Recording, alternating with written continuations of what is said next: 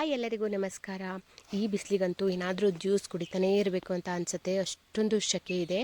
ನಾನಿವತ್ತು ಕಲ್ಲಂಗಡಿ ಹಣ್ಣು ಅದರಿಂದ ಜ್ಯೂಸ್ ಮಾಡ್ಕೊಳ್ತಾ ಇದ್ದೀನಿ. ಸಿಂಪಲಾಗಿ ಬರೀ ಕಲ್ಲಂಗಡಿ ಹಣ್ಣಿನ ಜ್ಯೂಸನ್ನಷ್ಟೇ ಕುಡಿಯೋ ಬದಲು ಇದೊಂದು ಇಂಗ್ರೀಡಿಯೆಂಟ್ಸ್ನ ಹಾಕ್ಕೊಂಡು ಕುಡೀರಿ. ಇಡೀ ದಿವಸ ನಮ್ಮ ದೇಹ ತುಂಬಾ ತಂಪಾಗಿರುತ್ತೆ.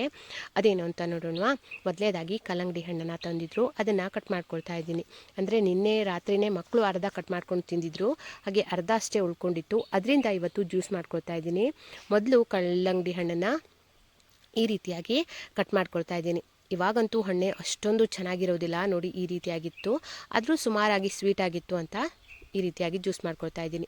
ಕಲ್ಲಂಗಡಿ ಹಣ್ಣನ್ನು ಕಟ್ ಮಾಡಿಕೊಂಡು ಈ ರೀತಿ ಚಿಕ್ಕ ಚಿಕ್ಕ ಪೀಸನ್ನಾಗಿ ಮಾಡ್ಕೊಳ್ಬೇಕು ಮೊದಲು. ಅದನ್ನು ಆಮೇಲೆ ಒಂದು ಜ್ಯೂಸರಲ್ಲಿ ಹಾಕ್ಕೊಳ್ತಾ ಇದ್ದೀನಿ. ಈ ಥರ ಸಿಪ್ಪೆನೆಲ್ಲ ನೀಟಾಗಿ ತೆಗೆದು ಈ ಥರ ಚಿಕ್ಕ ಚಿಕ್ಕ ಪೀಸನ್ನಾಗಿ ಕಟ್ ಮಾಡ್ಕೊಳ್ಬೇಕು. ಅಂದರೆ ನಮಗೆ ರುಬ್ಬೋದಕ್ಕೆ ಯಾವ ರೀತಿಯಾಗಿ ಬೇಕು ಆ ರೀತಿಯಾಗಿ ಮಾಡಿಕೊಂಡು ಒಂದು ಜ್ಯೂಸರಲ್ಲಿ ಹಾಕಿ ಮೊದಲು ರುಬ್ಕೋಬೇಕು. ಇದನ್ನ ಈ ರೀತಿಯಾಗಿ ಮಾಡಿ ಕಟ್ ಮಾಡ್ಕೊಳ್ತಾ ಇದ್ದೀನಿ. ನಾವು ಇದಕ್ಕೆ ಬರೀ ಕಲ್ಲಂಗಡಿ ಹಣ್ಣಿನ ಜ್ಯೂಸನ್ನಷ್ಟೇ ಕುಡಿಯೋ ಬದಲು ಇದಕ್ಕೆ ಜಿಯಾ ಸೀಡ್ಸು ಅಥವಾ ಕಾಮಕಸ್ತರಿ ಅಂತ ಹೇಳ್ತೀವಲ್ಲ, ಅದನ್ನು ಹಾಕ್ಕೊಂಡು ಕುಡಿದ್ರೆ ಆರೋಗ್ಯಕ್ಕೂ ತುಂಬಾ ಒಳ್ಳೆಯದು ಜಿಯಾ ಸೀಡ್ಸು. ಹಾಗೆ ದೇಹಕ್ಕೂ ಕೂಡ ತಂಪಾಗಿರುತ್ತೆ. ಇಡೀ ದಿವಸನೂ ನಮ್ಮ ದೇಹ ತಂಪಾಗಿಯೇ ಇರುತ್ತೆ. ಯಾವಾಗಲೂ ಬರೀ ಹಣ್ಣಿನ ಜ್ಯೂಸನ್ನಷ್ಟೇ ಮಾಡ್ಕೊಳ್ತಾನೆ ಇರ್ತೀವಿ.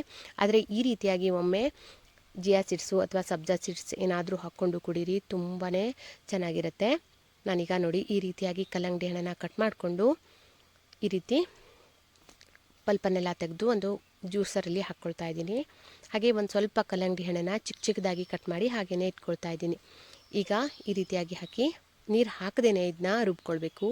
ಸ್ವಲ್ಪನೂ ಕೂಡ ನೀರು ಹಾಕಬಾರ್ದು. ಆಮೇಲೆ ಬೇಕಿದ್ದರೆ ನೀರು ಹಾಕ್ಕೊಳ್ಬೋದು, ಆದರೆ ಇವಾಗ ರುಬ್ಬುವಾಗ ಹಾಗೆಯೇ ರುಬ್ಕೋಬೇಕು. ನೋಡಿ ಈ ರೀತಿಯಾಗಿ ರುಬ್ಕೊಳ್ತಾ ಇದ್ದೀನಿ. ಬೀಜ ಸಮೇತ ಹಾಕಿರೋದ್ರಿಂದ ಸ್ವಲ್ಪ ಸೋಸ್ಕೊಳ್ಬೇಕಾಗತ್ತೆ. ಹಾಗಾಗಿ ನಾನು ಈ ರೀತಿಯಾಗಿರುವಂತಹ ಜಾಳಿಗೆನಲ್ಲಿ ಸೋಸ್ಕೊಳ್ತಾ ಇದ್ದೀನಿ. ನೋಡಿ ಹೀಗೆ ಈ ರೀತಿಯಾಗಿ ಸೋಸ್ಕೊಳ್ತಾ ಇದ್ದೀನಿ. ನೋಡಿ ಎಷ್ಟು ನೀರಿನಂಶ ಇದೆ ಅಂತ ವಾಟರ್ ಮೆಲನ್ನಲ್ಲಿ. ಹಾಗಾಗಿ ನಾನು ಸ್ವಲ್ಪನೂ ಕೂಡ ನೀರನ್ನು ಹಾಕ್ಕೊಂಡಿಲ್ಲ. ಈ ರೀತಿಯಾಗಿ ಸೋಸ್ಕೊಂಡು ಆದಮೇಲೆ ಇದನ್ನ ಒಂದು ಗ್ಲಾಸ್ ಜಾರಲ್ಲಿ ಹಾಕ್ಕೊಳ್ತಾ ಇದ್ದೀನಿ. ಮೊದಲು ನಾವು ನೆನೆಸಿಟ್ಕೊಂಡಿರುವಂತಹ ಕಾಮಕಸ್ತರಿ ಬೀಜನ ಹಾಕ್ಕೊಳ್ತಾ ಇದ್ದೀನಿ. ಈ ರೀತಿಯಾಗಿ ಹಾಕಿ ಎಷ್ಟು ಬೇಕಾದರೂ ಹಾಕ್ಕೊಳ್ಬೋದು, ನಿಮಗೆ ಇಷ್ಟ ಬಂದಷ್ಟು. ಹಾಗೆ ಚಿಕ್ಕದಾಗಿ ಕಟ್ ಮಾಡ್ಕೊಂಡಿದ್ನಲ್ವ, ಅದನ್ನು ಕೂಡ ಹಾಕ್ಕೊಳ್ತಾ ಇದ್ದೀನಿ. ಈ ರೀತಿಯಾಗಿ ಹಾಕಿ ಮೇಲಿಂದ ನಾವು ರೆಡಿ ಮಾಡಿ ಇಟ್ಕೊಂಡಿರುವಂತಹ ಜ್ಯೂಸನ್ನು ಹಾಕ್ಕೊಳ್ಬೇಕು. ಒಂದು ಸರಿ ಚೆನ್ನಾಗಿ ಈ ರೀತಿ ಮಿಕ್ಸ್ ಮಾಡಿಕೊಂಡು ಹಾಕ್ಕೊಳ್ತಾ ಇದ್ದೀನಿ. ನೋಡಿ ಈ ರೀತಿಯಾಗಿ ಹಾಕ್ಕೊಂಡು ಕುಡಿದ್ರೆ ನಮ್ಮ ದೇಹ ಇಡೀ ದಿವಸನೂ ತಂಪಾಗಿಯೇ ಇರುತ್ತೆ.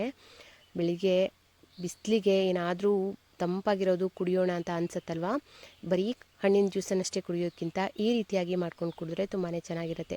ನಾನು ಇದಕ್ಕೆ ಸಕ್ಕರೆ ಬೆಲ್ಲ ಏನೂ ಹಾಕಿರಲಿಲ್ಲ, ಸ್ವಲ್ಪ ಸ್ವೀಟ್ ಕಡಿಮೆ ಅಂತ ಅನ್ನಿಸ್ತು. ಹಾಗಾಗಿ ಒಂದು 2 ಟೀ ಸ್ಪೂನ್ ಆಗುವಷ್ಟು ಜೇನುತುಪ್ಪನ ಹಾಕ್ಕೊಳ್ತಾ ಇದ್ದೀನಿ. ಜೇನುತುಪ್ಪ ಹಾಕಿದ್ಮೇಲೆ ಮತ್ತೆ ಒಂದು ಸರಿ ಚೆನ್ನಾಗಿ ಮಿಕ್ಸ್ ಮಾಡಿಕೊಂಡು ಇದನ್ನ ಕುಡಿಯೋದಷ್ಟೇ. ಇದು ಹಣ್ಣು ತಿಂದ ಹಾಗೆಯೂ ಇರುತ್ತೆ, ಜ್ಯೂಸ್ ಕುಡ್ದ ಹಾಗೆಯೂ ಇರುತ್ತೆ, ನಮ್ಮ ದೇಹಕ್ಕೆ ತಂಪಾಗಿಯೂ ಕೂಡ ಇರುತ್ತೆ. ತುಂಬಾ ಚೆನ್ನಾಗಿರುತ್ತೆ. ನೋಡ್ತಿರ್ಬೋದು ಎಷ್ಟು ಕಲರ್ಫುಲ್ಲಾಗಿ ಕಾಣಿಸ್ತಾ ಇದೆ ಅಂತ. ಆರೋಗ್ಯಕ್ಕೂ ಕೂಡ ತುಂಬಾ ಒಳ್ಳೆಯದು. ಬರೀ ಹಣ್ಣಿನ ಜ್ಯೂಸನ್ನಷ್ಟೇ ಕುಡಿಯೋ ಬದಲು ಈ ರೀತಿಯಾಗಿ ಒಮ್ಮೆ ಮಾಡಿಕೊಂಡು ಕುಡೀರಿ. ಹೇಗೆ ಬಂತು, ಹೇಗೆ ಅನ್ನಿಸ್ತು ಅಂತ ನನಗೆ ಕಮೆಂಟ್ ಮಾಡಿ ತಿಳಿಸಿ. ಹಾಗೆ ನನ್ನ ಈ ವಿಡಿಯೋ ನಿಮಗೆ ಇಷ್ಟ ಆಗಿದ್ದರೆ ಪ್ಲೀಸ್ ಒಂದು ಲೈಕ್ ಕೊಡಿ. ಹಾಗೆ ನಿಮ್ಮ ಫ್ರೆಂಡ್ಸ್ ಆ್ಯಂಡ್ ಫ್ಯಾಮಿಲಿಗೆಲ್ಲ ಶೇರ್ ಮಾಡ್ಕೊಳ್ಳಿ. Thank you.